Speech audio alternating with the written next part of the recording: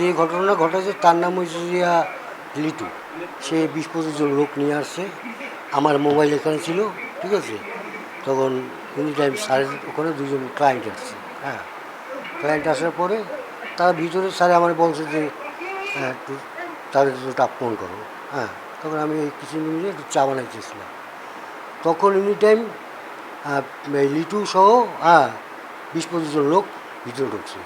ভিতরে ঢুকতে পট করে ওই ভিতরে ওই সব গ্লাসগুলো আটকাই দিচ্ছে। আটকাই দিয়ে 3-4 জন ভিতরে ঢুকছে। ঢোকার পরে যে ওখানে যে 2জন লোক ছিল ক্লায়েন্ট আমাদের, তাদের বের করে দিয়েছে, কিন্তু আপনারা বাইরে, আমাদের একটু কাজ আছে এখানে। তখন আমি তো, আর আমার মোবাইলটা তো এখানে ছিল, তখন লিটু আমার মোবাইলটা এখান থেকে আগেই নিয়ে সরাইছিল। সরানোর পর তাদের বলে দিচ্ছে ওদের না বাইরে দিতে পারে। আমি তো ওখানে কিছু নেই। তখন আমি একটা শব্দ পাইছি, শব্দ পেয়ে আমি ভিতরে গেছি। যাই দিকে আমার স্যারে তারা সবাইয়া মানে ওই নিচে সাইডে সাইডের ওইখানে সেখানে দেখি স্যারের চোখ মুখ বের হয়ে গেছে। হ্যাঁ, এই তাড়াতাড়ি আমি লিটু ভাই বলতেছি, হ্যাঁ লিটু ভাই কী করতেছেন আপনি? হ্যাঁ, একজন মুরব্বী আপনারা আমার, তারপর সবাই গেছে। রুমে ঢুকে আমাকে হঠাৎ করে আক্রমণ, আমাকে মারধর শুরু করছে। মারধর শুরু তার একটা নতুন কৌশল হয়ে সে আমার অন্ডকোষ এমনভাবে চেপে ধরছে, আমার শ্বাসরোধ হয়ে যাওয়া, মারা যাওয়ার উপক্রম হয়েছে। এবার আমাকে চেয়ার থেকে ফেলে দেয়, আমাকে নিচে ফেলাই আমার বুকে পাড়া দিয়ে ধরে, গলা পাড়া দিয়ে ধরে, আমাকে হত্যার চেষ্টা করে এবং বলে যে সে আমাদেরকে চেক দে চেক দেবো কেন? যাই হোক, আমি তো ওই অবস্থায় তো জীবন বাঁচানো আমি বড় মনে করছি, যার জন্য আমি আমার ড্রয়ার থেকে চেক করলাম, বললাম যে আমাকে ছাড়ো, আমি চেক তো বের করতে হবে, তারপর তো তখন চেক দেবো। তারপরে ছাড়লো, আমার পিওন এসে আমাকে ধরিয়ে উঠাইলো। উঠাবার পরে আমি ড্রয়ার থেকে চেক বের করলাম, বের করিয়া করার পরে সে প্রথম একটা চেক দিল ব্লাঙ্ক, আর একটা চেক দিল পরে লেখাইয়া 70 লক্ষ টাকা। এরপরে তার পকেট থেকে 2 সেট স্টাম্প বের করলো। স্টাম্প বের করে এক সেটে 3 পাতা, মানে 6টা পাতায় আমার স্বাক্ষর নিল, আমার সিল নিল। নিয়ে আমাকে বললো যে এখন আমাদের সাথে থানায় যাবে, যে সালিশম্যান, যে আমি তোর কাছে টাকা পাই, সালিশ হবে থানার মাধ্যমে এবং আমার কাছে ডকুমেন্ট আছে, থানায় বসে সালিশে। আমি এক পর্যায়ে প্রথমে আমি থানায় দ্বিমত প্রকাশ করি যে যা হওয়ার হয়ে গেছে, যদি তোমার কোনো কথা থাকে আমার বলো, আমি দেখি কী করতে পারি। না, তো থানায় যেতে হবে। ওদিকে তারা ফোনে হয়তো কারোর সাথে যোগাযোগ করতেছিল, তাদের একজনে, সে আবার বলতে না না ভাই বলছে থানায় নিয়ে যেতে। তো এরপর আমাকে থানায় নিয়ে গেল। থানায় নিয়ে ওসি সাহেব ছিলেন না, ওসি তদন্তে ডুবে বসছি।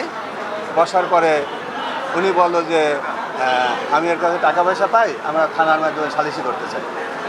তো ওসি তদন্ত বললো যে আমার কাছে তো কোনো অভিযোগ নাই, অভিযোগ ছাড়া আমি কাউকে সালিশি করবো।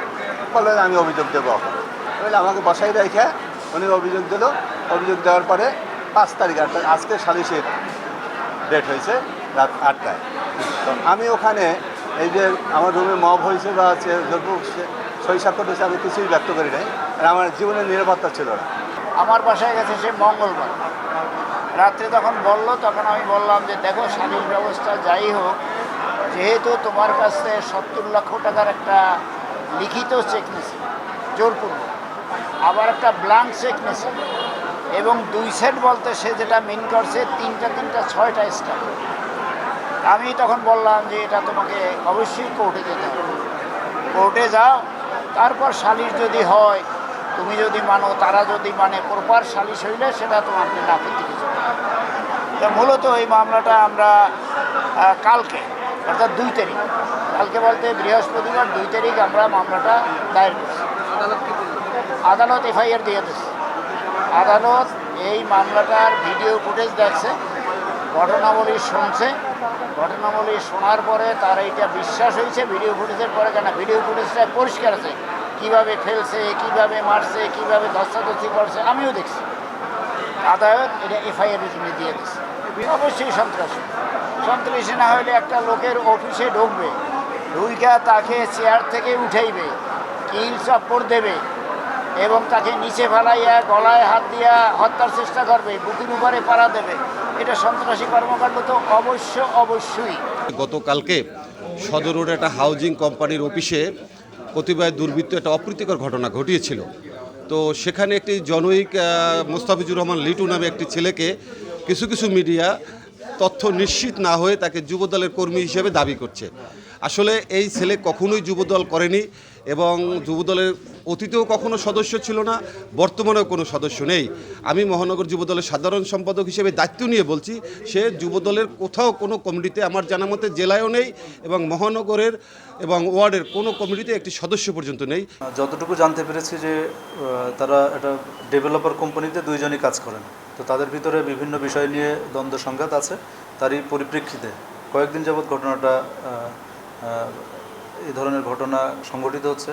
বিভিন্ন রকম তাদের ভিতরে লেনদেন নিয়ে দ্বন্দ্ব সংঘাত আছে, এরই ধারাবাহিকতায় ঘটনাটা ঘটেছে বলে প্রাথমিকভাবে আমরা জানতে পেরেছি। তো যেটা দেখা যাচ্ছে যে আসলে এই ধরনের কার্যক্রম তিনি করতে পারেন না। আমরা অবশ্যই তাকে খুঁজছি এবং অতি দ্রুত আপনারা রেজাল্ট দেখতে পাবেন।